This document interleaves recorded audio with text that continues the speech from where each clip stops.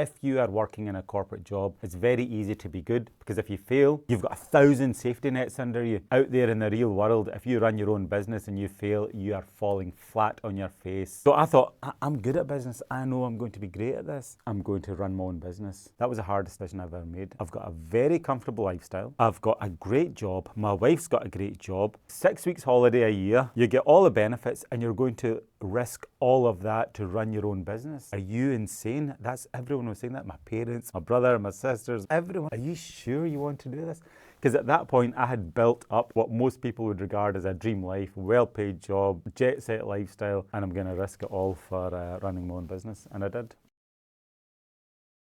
The principle of running every single business in the world is exactly the same. The only difference is the final output of product. So for example, in the food business, it might be like a piece of bread, right? The output for this podcast studio is exactly the same. You need expertise, you need training, you need to pay your tax, you need to pay your VAT, you need marketing, you need systems, you need sales, you need the fundamental building blocks of business are exactly the same. Guys in this podcast studio are going to give you a USB stick with files on it, and I'm going to give you a piece of bread. Underneath that, the fundamental building blocks of every single business are exactly the same. So they need to get good at business.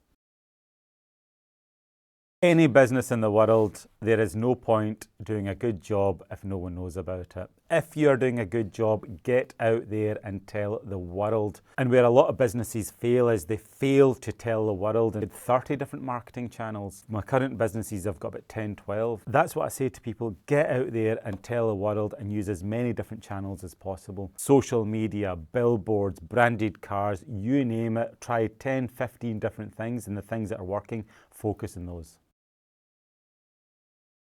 People need to know this, the profit margin in any business in the country, if you're earning between 5 and 10% net profit margin, that is very, very good. And a lot of people think the profit margin in business is so much more. It's not. We make about 10 and 20% profit margin. If you sell a £10 pizza, you're coming away with £1. Worst case scenario. Best case scenario, you might earn like 180 or something. Brian, it's the same in every business, and I think a lot of people make the mistake. They go into a business thinking, we'll just take the pizza business for example, or you sell a £10 pizza, how much does the dough cost? Yeah, £2 for the all ingredients, that's £8 profit. It's not. You've got wages, banking fees, merchant fees, marketing, rent, rates, electricity, gas, bins, phones, internet, all of the business expenses that are the same for every business. Once you take them off, you're left with about 10 or 20% maximum. Funny story, I used to tell people, I did this for like 3 years straight, just before COVID.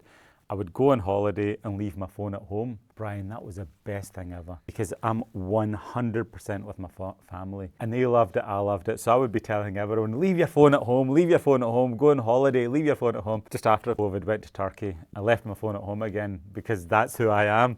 Got to the reception, tried to pay the bill, and it needed that 2-factor authentication. That was on the mobile. So and then I'm on the phone to my bank in the UK for 45 minutes on hold, and I'm thinking, and the receptionist is looking, I've got money. I've got money, seriously. So that was quite funny. So now I won't be telling people that again. So I took the phone, but it's in the safe. I just switch it off and leave it in the safe. I was age 44 and I didn't even realise I was a multi-millionaire. What I was doing in the office every day, I was writing the press release, signing off on the billboard, doing training, I was preparing the health and safety, I was doing the temperature checks, I was doing and then when that page finishes, flip the page, write another 30 actions. It was work, work, work, actions, output, productivity, actions, output, productivity, actions, output, productivity, actions, output, productivity for 6 years straight. And I didn't even look at the bank balance or how we're doing. The sum of all of that was, I was sitting in the bank manager's office and he said, can I get a list of your assets and liabilities? And I listed that. Oh, I've got that. Okay. Right, I've got that. Oh yeah, we've got a flat in London paid for. Yeah, got that. Oh yeah, we own that. I mean, my wife sitting there, it's almost like comical. Doing no bad here. We own that as well, yeah. Oh, we own the land there, yeah. And made the list of land. I'm like, bloody hell. And at that point, it actually dawned on me that I'm a multi-millionaire. I was age 44 at the point. But the point I'm making, on that journey, no one sits there and counts how much money they're worth. If you ask a student, how much are you worth? They might be worth £1,500, but they've not sat there and calculated, right, I've got 10 pairs of shoes, I've got £300 in my account, I've got £1,200. No one calculates that then. No one calculates that halfway through their journey. And even, when they're established, no one sits and calculates how much they're worth. If I was to ask you, do you know how much you're worth? No idea. So no one does it. So the way I realised I was a multimillionaire is it took my bank manager to force a question upon me that forced me to sort of add up my assets and liabilities. And it was only then I realised I was a multimillionaire. Seeing that 20 hours, I can actually do like a full week's work or maybe 2 weeks worth of work because I've got my systems, processes, everything down to a T now. So if I was to write a press release, it would take me about 3 minutes. Take a picture, edit that. You're talking about 6 minutes, I could write a press release and have it out the door. So it's like I'm much more efficient with my time, so I don't feel the need to sit there and work long hours. I'm just really quite slick at what I do now because I've done it for long enough. I worked for a major bank last year. After I sold my business, I worked for a major bank in London. Very, very good money, remote job, and it was the worst experience of my life. The reason being, when I went into the office, something as simple as filling out a timesheet, right, there's no one here, right, okay, so I need to set up a meeting, a Teams meeting with one of my colleagues. I can't get hold of him, right, I'll phone someone else. Oh, right, okay, missed my timesheet. Got pulled up by the HR for not filling out my timesheet. Tried to schedule another meeting with another one of the colleagues. I'm just new. There's no one in here. The office is totally empty. I've just arrived. I don't know where people are or what the setup is. So to fill out my timesheet, which would have taken 20 seconds, it took like almost 3 days. And that was just filling out a timesheet. So everything about that project that I did was just, it was just a struggle. And I like to be around in a room where you've got colleagues, you're bouncing ideas off each other and you're working together on the common vision to deliver a project. But working from home, you're detached from that. So I am a big fan of working from the office. Business is doing well. Don't spend money on stupid stuff. You don't need to buy the Rolexes and the fancy watches and the fancy cars. Save up the money, I put it away into property. Business made money, put it away into more property. The business made money, put it away into more property. I didn't buy any fancy watches or cars or anything like that. But for the first few years, I used to drive, the Mushtaq's delivery cars, the little minis, I used to drive that. And then my wife said to me like 4 years later, come on, you need to buy yourself a decent car. I was quite happy scooting around in a wee mini and I bought an S-Class. But that was only after my business is established and I had bought some property. So my strategy was let the business make money, invest into property. Business make money, invest into property. Are you a buy and hold guy? Buy and hold and never sell. That's where you make, in property you make money in the long run. And the years will pass by. I've bought property yesterday. All of a sudden, 10 years later, it's paid off. And now for the next 10 years, it's just going to be a cash cow. So that's what you need to do with property. That's what we do with property, buy and hold. Commercial property all day long. Right. Commercial property is so much easier. See, in a residential property, you as a landlord, you have to pay for everything, or you have to get everything done. Pay for the bloody light bulbs to be changed, or the door lock's not working. That's your responsibility. In a commercial property, under the terms of the lease agreement, the tenant is responsible for everything. I've had properties where I've taken the key and from my solicitor, bought the property, given it to the agent, and he's rented out the property, and I've not had to spend a penny, nor a minute on the property. Imagine you moved into a house and the carpets were a bit grubby and you need new blinds. You'd be on the phone to the landlord 20 times. Right, okay. So commercial is so much easier, but there's a big but. You've got to be careful.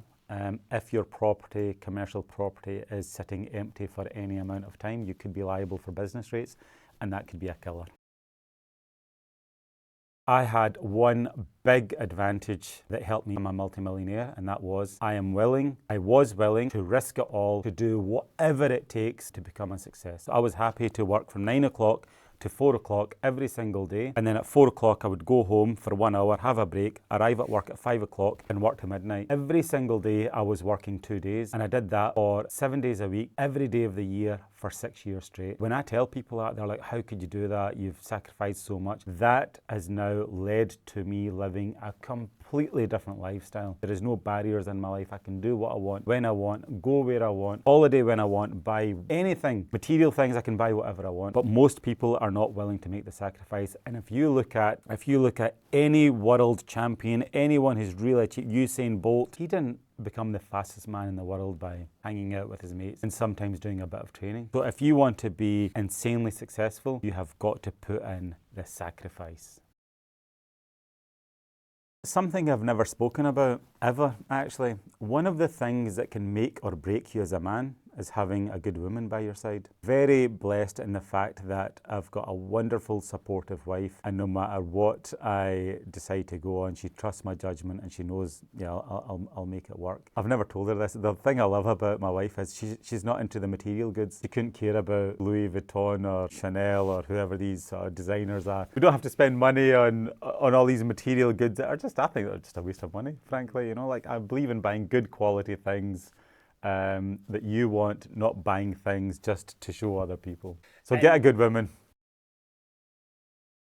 If you're starting a business today, do not expect anything for the first 18 months. Nothing happens. Facebook, nothing happened in the first year. We didn't know about it. TikTok, they advertised on Facebook for about 2 years straight with those really annoying adverts. Only like 2-3 years later did it take off. Most people fail in business because they give up too soon. It takes at least 18 months of hard graft, and then your business reaches a tipping point and then people buy into it. The first 18 months, you are going to be bombarded with negativity, criticism. Everyone's got a bloody opinion about your business, and that's enough to derail you. A word of warning to anyone starting a business: if you, Brian, were to start a business today, you are not an expert, right? Then what happens is your friends, your family, some critics, some local geezers, everyone's giving you an opinion. Don't do this, don't do that, that's not going to work, this isn't going to work. And see if you're not so strong in your mind and your determination, that's enough to derail you. I was pretty lucky that I'm pretty resilient, but there were times where even I thought, bloody hell, have I made the right decision here?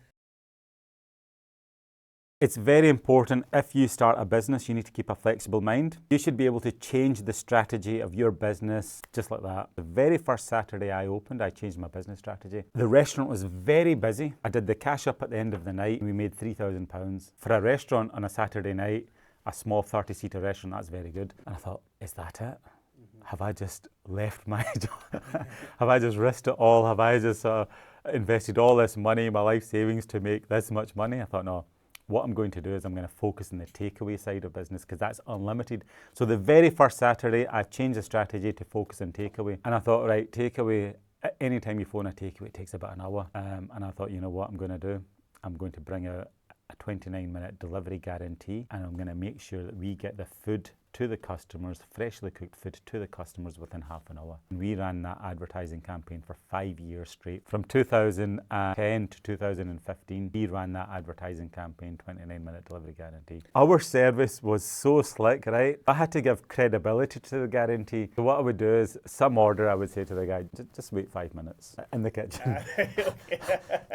Just wait 5 minutes. Don't do anything with it. Just delay it so it actually goes over the 29 minutes. That would maybe be 33 minutes. And then we'd arrive saying, oh, really sorry, right here, we'll give you a discount code for the next order. Right. So we would intentionally sometimes do that, just so, oh yeah, we got the delivery, but yeah, we've got the discount for the next time. The 29-minute delivery guarantee set us apart. And the great thing about making such a bold promise was it paid off for the business. So a word of warning for anyone thinking to do the same: no matter what your business is, look for that one thing that can hit the sweet spot with the customers. Do that, but you've got to deliver against that. The way we did the 29-minute delivery guarantee, we actually did the 29-minute delivery guarantee for 6 months before we advertised. Right, okay. So we were very well rehearsed in that craft before we advertised. I've sold Mushtaq's now, so it's no longer my business, but I mean, fond memories of that place. I remember just meeting people sometimes. You know, people judge you based on what you do. Yeah, I'm a chef in a takeaway. But really, I was the chef director of like a mega operation. But I quite like to just sometimes just play it down and just, but yeah, that phenomenal operation, phenomenal. Even last night, I was on the phone to some guys from ex-Papa John's guys, and they were saying, you know, we've closed down 8 of our stores. Yeah, would you like to buy them? And you're picking them up for pennies. You're picking them up very cheap.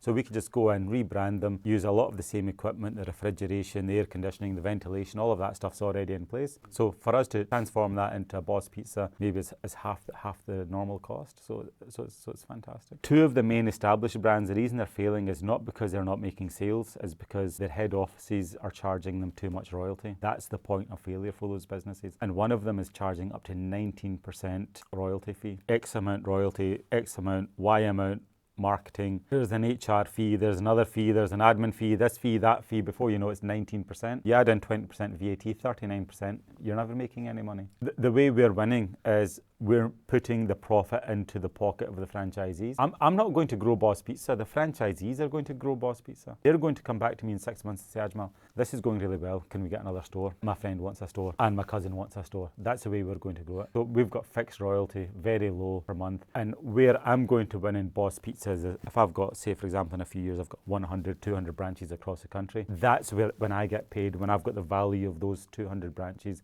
I could sell the brand at that point. That's when I'm going to get paid.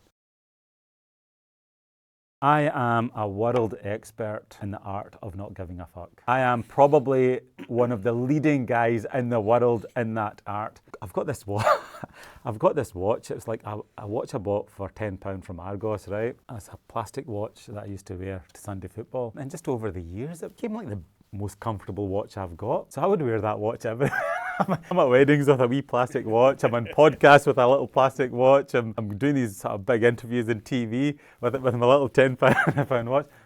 I don't care. And sometimes clothes is maybe supermarket. Sometimes they're good. Sometimes they're maybe, you know, like, I like to have nice suits and nice shirts, nice cotton shirts and nice suits. But see, beyond that, all this casual gear, I couldn't care less.